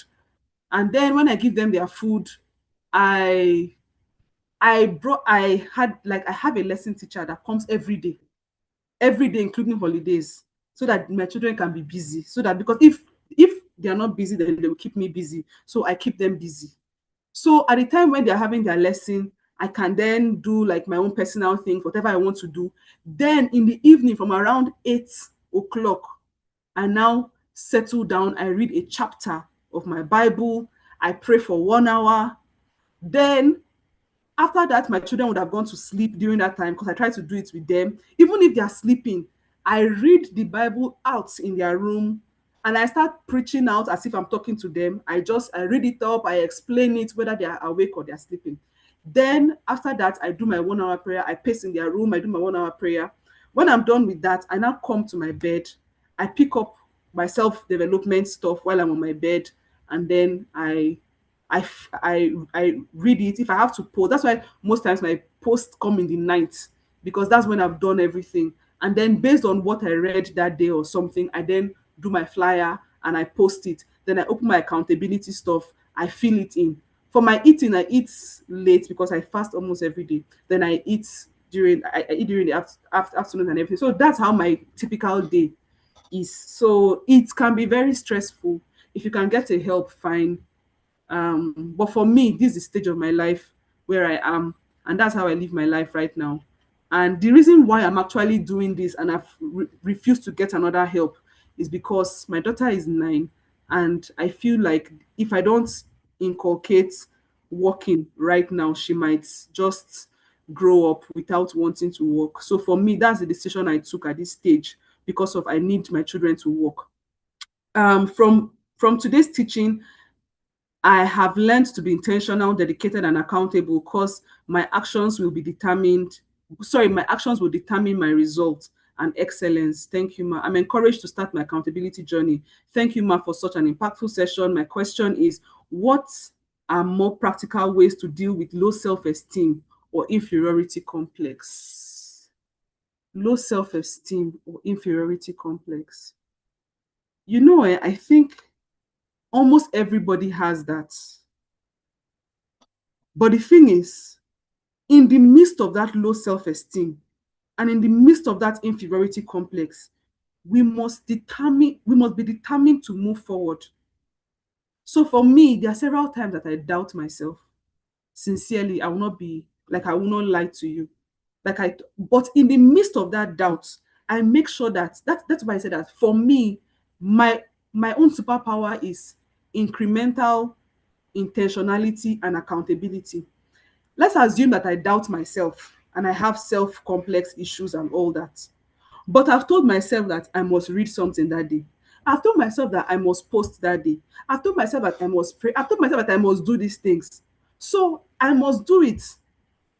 For example, in the workplace, I can have self-esteem issues, complex issues, but I've told myself that I must be visible. It's part of my goals that in this organization, I must be visible. So even though I am shy and I can finish talking and I can go and be feeling bad, oh my God, did anybody even hear? But I will make sure that when any meeting is going on, I must give a contribution so that people will know that I was there. Or I must go for that meeting dressed in a certain way that will attract attention to me, stand up and ask a question, or something that will draw the attention to me. And so it's not that people don't have low self-esteem or inferiority complex, but as long as you're in a state of doing, it will overshadow that low self-esteem or inferiority complex. So the more you continue doing, you now discover one day that self-esteem and that inferiority, it will just run away by itself because it will be tired. So you can weary out the self-esteem and the inferiority complex. Also read books, stay around people that encourage you, not people that discourage you. Somebody said, I learned that I just need to keep moving despite the discouragement, lack of interest, and disappointment. Just keep chasing your dream. I got the wake up call to track my journey with accountability, with the accountability journal. Sometimes it is said that rejection is redirection. Okay, I've read this. For someone that has always struggled with consistency, this session is divinely inspired, no doubt. Thank you. Thank you so much. Okay, the goal tracker will create a positive impact. Thank you. When you say be known for one thing and the world will come to you, could it be okay? When you say be known for one thing, the world will come to you, could be like saying jack of all trade is a master of none. Okay, while some would say jack of all trade is a master to some, in this light, can I say when you are a jack of all trades, the world will come to you for some? Well, of course, it makes sense, Favor. If you can be a master of some, jack of all trades, master of some, the world will come to you for those some. Yes. For me now, right now, I do podcast with my husband. So some people reach out to us for relationship stuff. So that's people still coming to me for that. I sing sometimes. So sometimes when people have professional meetings where they need a jazz singer, even at this time, they still call me. I go, I do jazz music because I have that as an that was my first talent that I discovered, singing jazz music. So people still invite me for that. When people need someone to talk about IP, they call me. You understand? Talking to women, they call me. About personal development, they call me. But at several stages in my life, I focused on one. So my highlight for tonight was the accountability tracker, okay? Reflection with the application for jobs. I think it's not that a lot of women don't have confidence, it's that women have been challenged to be twice as good. Yes. Question: how can a young girl like myself navigate through an environment that does not encourage anything but marriage or relationships? I ask this because I will be graduating soon and there are so many things I want to do. Well, so um parents will always encourage their children to get married. That's the truth. Parents, there is no parent that will not encourage their child to be married. And some people will actually, and some parents will actually be overbearing about it. But of course, you're not the one that will marry yourself. It's somebody that will propose to you for you to say yes. And if you don't like the person, you can continue saying no. But if you see the person that you like, but you're not ready, if it's somebody that is a good person and you say, see, you love me, I love you, but I'm not ready. Can you give me 1 year? Can you give me 2 years? After all, there are people that love themselves, but because of the job they got in paramilitary or somewhere, they're not able to get married for the first year or 2 years because of job. And their parents will say, my daughter, hold the job first, let the man wait, because they know that it will help their child. So if you are with somebody that is loving, you tell the person, please, can you give me a year or two to do my masters or to do this? And then if you marry someone like my husband, I married him just after I finished law school, but he has never stopped me. In fact, he's one of the cheerleaders that I have that has enabled me to do almost everything that I've done. So marriage to the right person is not even a barrier. I've done 2 masters in my husband's house. I've done everything I've done in my husband's house because when I got married to him, the only thing I had was my law degree and my music career. So every other thing that you know about me has been in my husband's house. So if you marry the right person, it will not be a challenge. How do you manage your time, even being engaged with lots of activities? How do you handle mental exhaustion and discouragement? When I have mental exhaustion, I do the barest minimum when I have mental exhaustion. For example, last year I was posting every day. So even when I have mental exhaustion, I just push myself to post, and then I shut down from everything. And then I talk to people that can encourage me. For example, I remember there was a year that I was so discouraged in the fact that I had a serious quarrel with people that I loved. It affected me emotionally. I would go to work, I would be crying and all that. I had issues. I was not sure if I was going to continue my job. I had emotional issues at that time. I spoke to somebody. You'll be surprised. She was calling me every day to pray with me. Every day she was calling me to pray with me. So, and that helped me through that season. Okay. I think that is where breaking it down into small actions. Okay. Um, okay. So I think we'll be rounding up now. There are so many questions here, but I cannot answer all because of time, and I want to respect our time. So I'll answer the last question. How do I deal with rejection, please? Okay, I'm a kind of person that when I post, I check few hours later if I have views, but no likes. But when there are no likes, but no like when there are no likes, I feel maybe this is not for me, so I delete it. And also in a situation where I do something and I don't get comments, I feel bad. I feel maybe I'm not good enough. So I'll stop with this question. I'll say that to answer your question, just go to my Instagram page or my LinkedIn page or go and check. Most times when I post every day, nobody likes what I post. Nobody. I'm not posting for them. I'm posting to keep myself accountable. Number two, I'm posting to have digital footprints online. Number three, I'm posting to stay in the minds of people. Do you know that there are people that will see what you post, they will never like what you post. But one day when they need that thing, you are the first person they will call. When I got a call that the US Embassy was looking for someone in entertainment law, and I was the one that was recommended to represent them in the US, it's because I've been posting on entertainment law since 2017. In 2024, I now received that call. So sometimes you are just putting a digital footprint online. When you apply for jobs, they will also type your name on Google. All those things that you've posted are the things that will pop up and they'll say, this person is very consistent and has a good work habit. So please, I will stop here because of time, not because I don't want to answer. It's just because of time. But I will go ahead to read everything that you've written later on. So the call to action is use the accountability documents daily. Choose one habit to focus on. Please put in the chat section one habit that you will focus on, just one that you will focus on this month. Just one habit that you focus on. Then schedule your life. Don't react to it. Schedule it. Then for the mentorship program that will be happening in February, please, you can start inviting people to sign up so that they can join the February edition. Then also, I will be sending a testimonial and recommendation Google form. Please fill it so that I can know what to do better in future. So just write something like, in January, I commit to something like that. Okay, I'll focus on reading. I'll focus on applying for more UN jobs. All right, that's good. Then lastly, announcements. The next session will be holding on the third Sunday of February.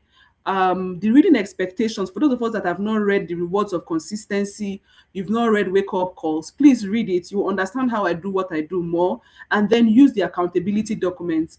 There will be certificates in December, so please expect it. For those of us that are in Abuja, I will hold the conference in October, so please look forward to it. I'll send an email for testimonials afterwards and reflections and recommendations. Please feel it to help me. There will be private sessions for those that need private counseling. So I'll put the link in the email. If you feel like you want to donate to whatever, it's will be nice, but it's not something that I'm asking for. But I'm just leaving it here because sometimes it's difficult to allow people to give and it's hard to receive. And for me, I have that issue where I do everything myself, I pay for everything myself, but I'm pushing myself to act differently, and that's why I'm putting it here. So these are the books.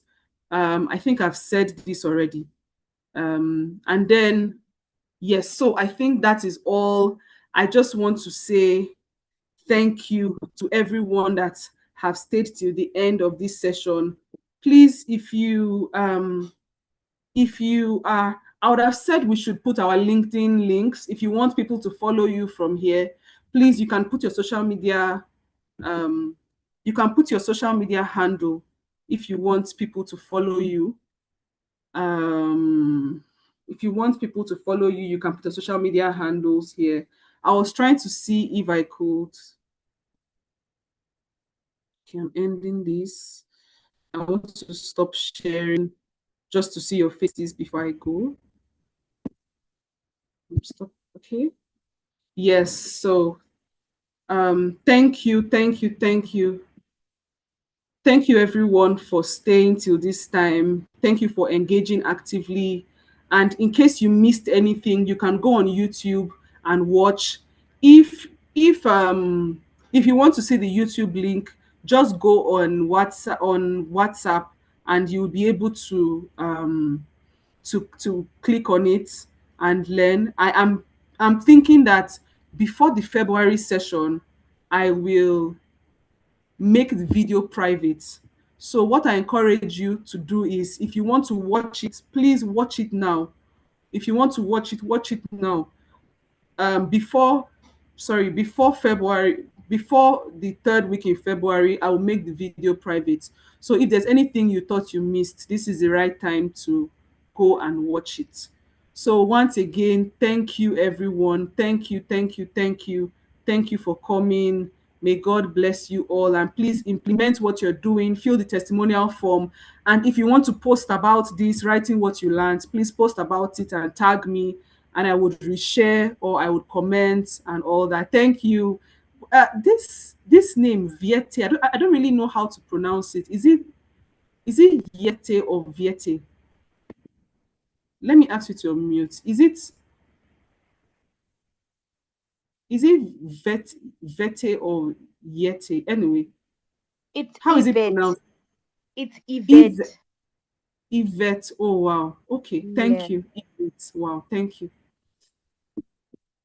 Okay, all right. Okay, how do you join the WhatsApp group? So the WhatsApp group is on the WhatsApp page, or the WhatsApp channel is on the email. So just click on the email, you would see the WhatsApp channel, join it. Once you join the WhatsApp channel, you will be getting information as we go along. Yes, you'll be getting information as we go along. So that's it. Thank you. Thank you all for staying till this time. I love you. I love you. I love you. Thank you. Take care, everyone. Bye. Somebody is raising up their hand. I don't know if it's a recent hand or if it's an old hand. I'll just unmute you and then I would go off now. Deborah, sorry, your hand is up. Is it for something now, or?